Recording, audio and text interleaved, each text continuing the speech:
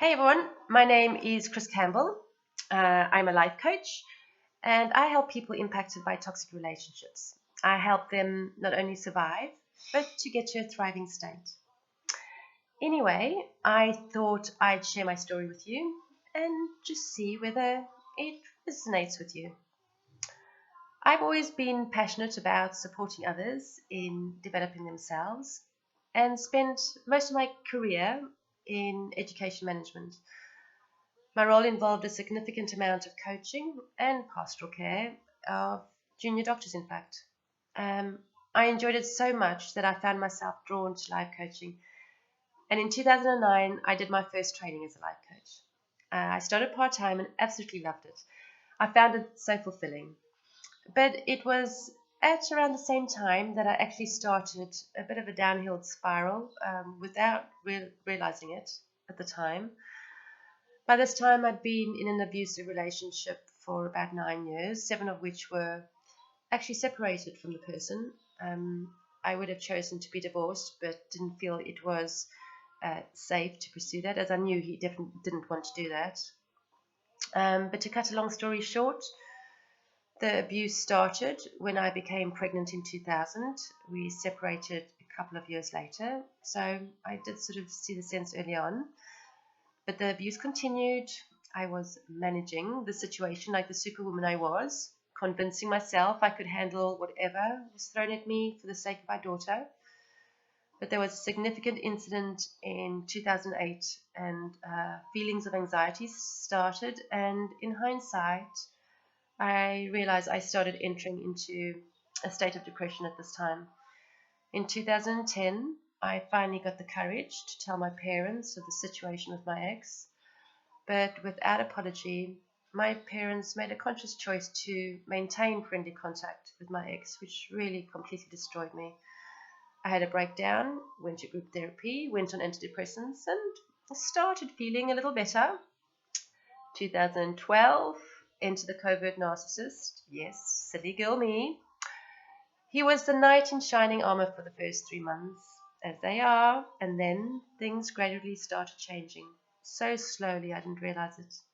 Another long story short, 18 months later, with all the deceit, gaslighting, unfounded allegations, constant lying, triangulation with his ex partner, I really thought I was going cuckoo.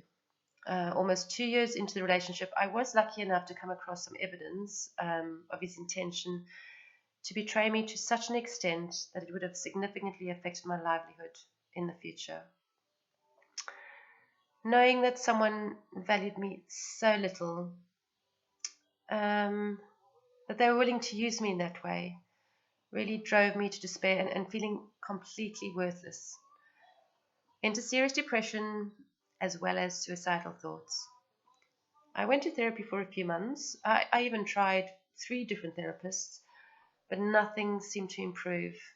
In fact, every time I left my therapy session or my depression review consultation with my GP, as you have to do when you get managed for depression, I just felt more depressed.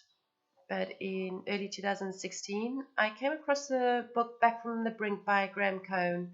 It's People Are Clinically Depressed. And it made me think, for fuck's sake, if these people can come back from this situation, then I really have no bloody excuse. So I actually stopped therapy, and after committing to making some basic lifestyle changes, things slowly started improving for me, and my mindset actually started changing.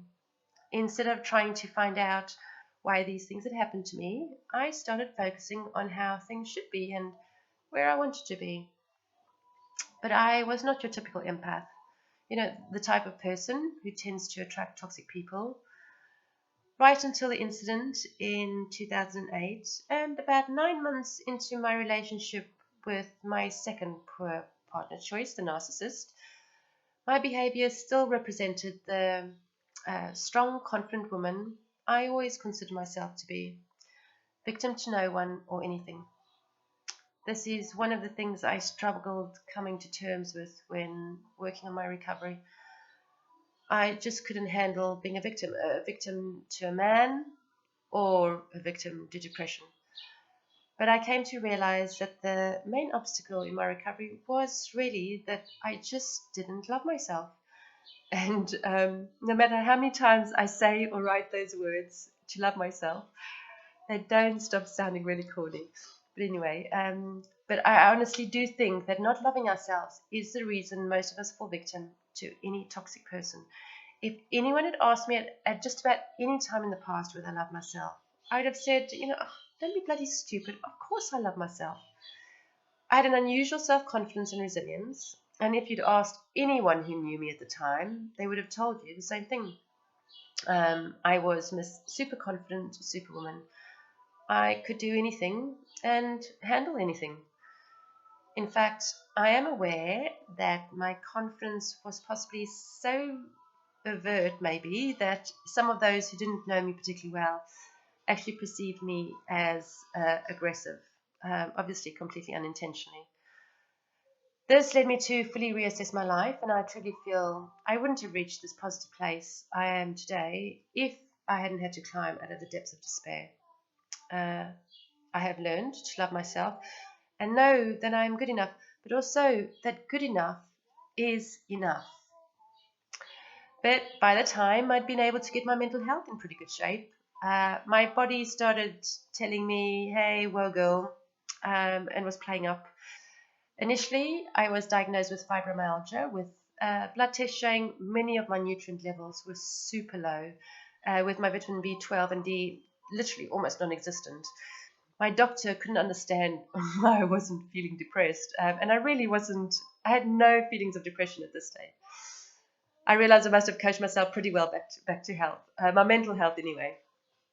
Shortly after, I also tested positive for a condition called SIBO, and you'll need to look it up to understand about that. All the acute stress and anxiety I experienced since that first incident when I was pregnant most certainly contributed to all of this. And the journey in rebuilding my physical health has been a long one and still work in progress. And I'm telling you this because, just to warn you, even if you think you can handle the psychological and emotional distress of staying in a toxic relationship, your body is at some point going to let you know that it can't cope with it.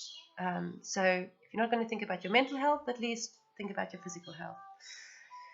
And my life coaching practice used to focus on supporting individuals with their general life challenges, building their self-esteem, confidence, reaching goals. Um, for a couple of years, I actually stopped coaching due to my deep depression.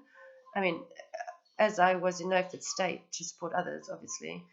But since having recovered from depression and my toxic relationships, I have a passion now to support those in similar situations. And so now I focus my practice on helping individuals recover from toxic relationships, committed to getting them to a thriving state and hopefully without them having to reach the depths of despair first, like I did.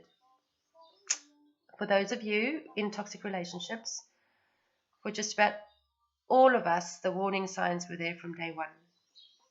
Those of you who have had the courage to leave a toxic relationship will most likely recognize this thought of, how on earth did I not see those red flags? But I know that those who are still in one are most probably still in the state of what the fuck is going on.